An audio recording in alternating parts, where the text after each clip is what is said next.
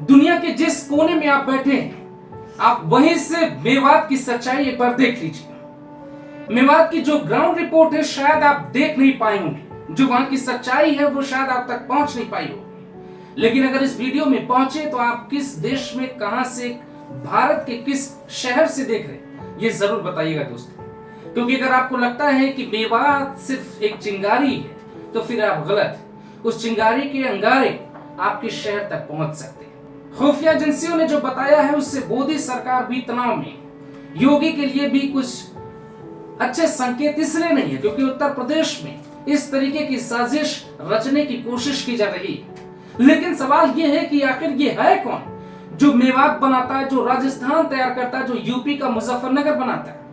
वो नेता कौन है जो देश के साथ इतना गलत कर बैठे और जिन्हें आप दुर्भाग्य से दीदी भी कह लेते हैं? देश की पश्चिम बंगाल की मुख्यमंत्री ममता बनर्जी क्या अवैध तरीके से भारत में रह रहे रोहिंग्याओं की दीदी, या सिर्फ उनकी ही दीदी?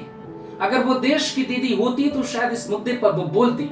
देश के तथाकथित पत्रकार जो अपने आप को बताते हैं सेक्युलरिज्म का नारा देते, वो पत्रकार अगर इस देश की चिंता करते तो शायद वो कम से कम इस मुद्दे पर बोलते।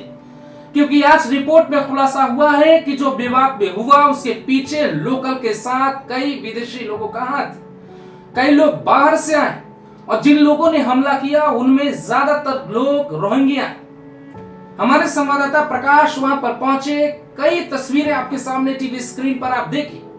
प्रकाश ने तमाम लोगों से पूछा आप कहां से आए, जवाब नहीं मिला।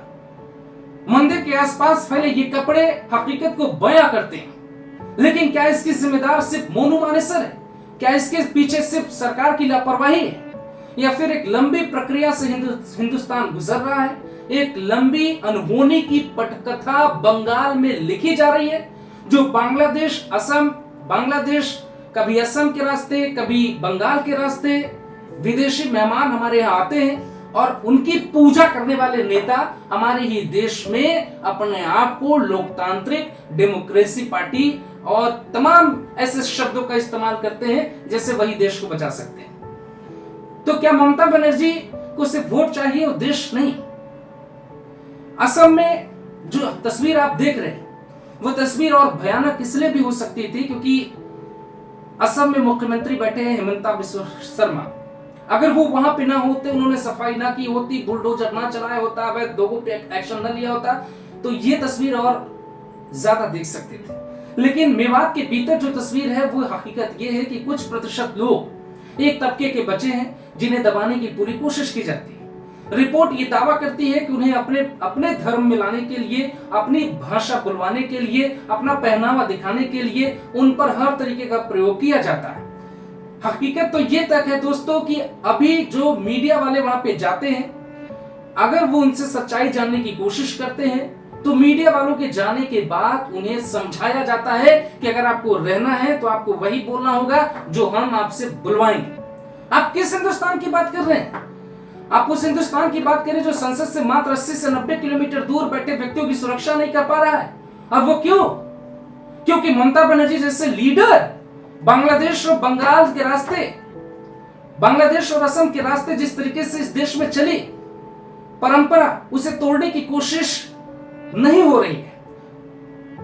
असम में तो सब तस्वीरें बदल गई क्योंकि वहां पे हिमंता है मुख्यमंत्री और उनका अंदाज कैसा ये सभी जानते। लेकिन पश्चिम बंगाल में आज भी तस्वीर वैसे ही।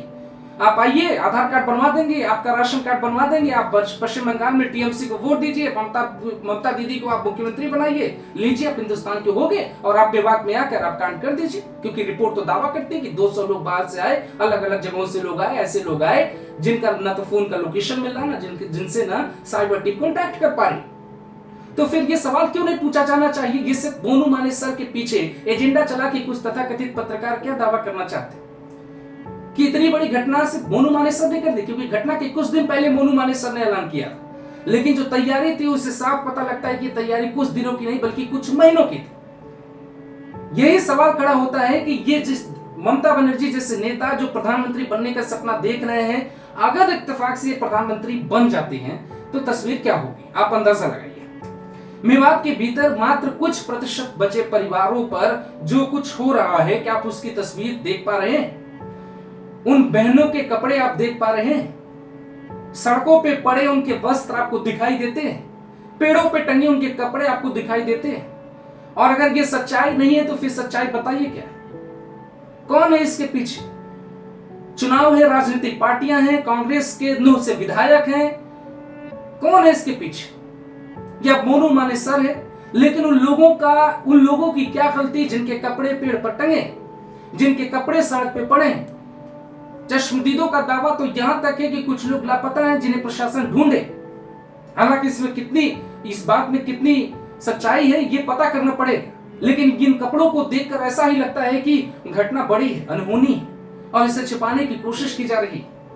लेकिन अगर रोहिंग्यों को नहीं रोका गया, अवैध घुसपैठियों को नहीं रोका गया, सीए नहीं लागू किया गया, तो आप निश्चिंत रहिए, आप बिल्कुल तैयार रहिए, ये तस्वीर आपके शहर की भी हो सकती है। एक फिल्म आई थी बहुत पहले, तमस, शायद आपने देखी हो। तमस में यही दिखाया गया था कि किस तरीके से 2 लोगों को लड़ाया जाता है।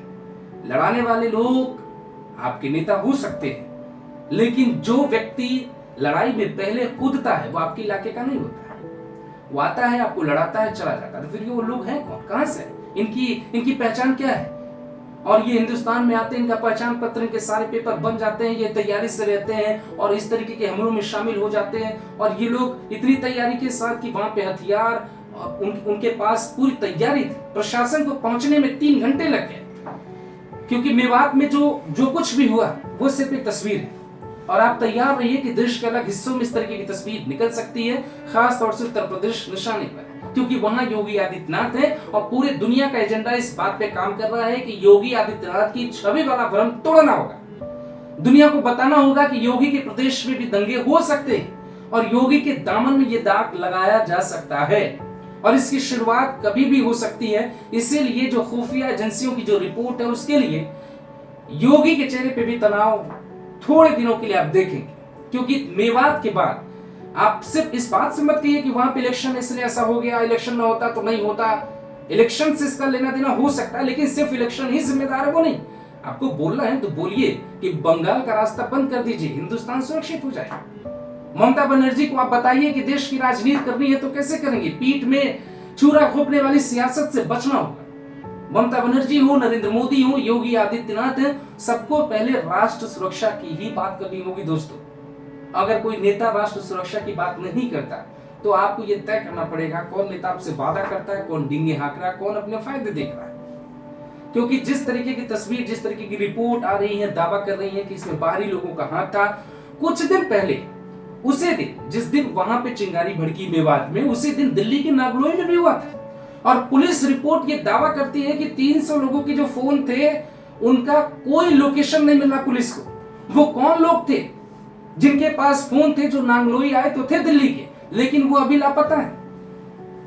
पुलिस उन्हें ट्रेस करने की कोशिश कर रही है और पूरा अंदेशा है कि वो बाहरी लोग शामिल थे। और ये सिर्फ 2 घटनाएं नहीं, बिहार के फुलवारी शरीफ में पीएफआई का पकड़ा जाना, पीएफआई के गैंग को पकड़ना और उनके पास से जो डॉक्यूमेंट्स मिले थे उसमें ये दावा था कि 2047 तक हिंदुस्तान में हम मुस्लिम प्राइम मिनिस्टर बनाएंगे। तो सवाल ये है दोस्तों कि क्या इस देश में तथाकथित पत्रकारों को सिर्फ एक तस्वीर दिखाई देती है? मेवात नहीं दिखाई देता। मेवात की इन बहनों के कपड़ों पे तथाकथित पत्रकारों की बोली कहां चली गई? मेवात में जो मंदिर में हुआ उस तस्वीर पे इन तथाकथित पत्रकारों की भाषा कहां चली गई? कहां है अजीत अंजुम, अभिषेक शर्मा, रवीश कुमार, सब लापता। इनके पेज पर आप जाकर देखिए, मणिपुर तो छाया है, लेकिन ये मेवात से बच रहे हैं क्योंकि इन्हें सच्चाई पता है। बोलेंगे तो क्या बोलेंगे? रोहिंग्यों के खिलाफ आप बोल नहीं सकते, ममता के खिलाफ आप बोलेंगे नहीं, सच्चाई आप बोल नहीं पाएंगे, तो डेफिनेटली आप चैनल पे कोई वीडियो डालेंगे। अगर ये सच्चाई अभी भी आपको नहीं समझ में आ रही है तो फिर अब समझ लेना चाहिए कि इसका कनेक्शन बाहरी देशों का है और जो मुख्य आरोपी बनाया जाना चाहिए, हमारे नेताओं में ढूंढना चाहिए कि कौन लोग हैं जो देश के साथ गद्दारी चाहते हैं। तय करिए, कमेंट करिए, वीडियो को शेयर करिए और मेवात में जो हो रहा है उसकी सच्चाई को जानने के लिए हमारे और वीडियो को देखते हैं।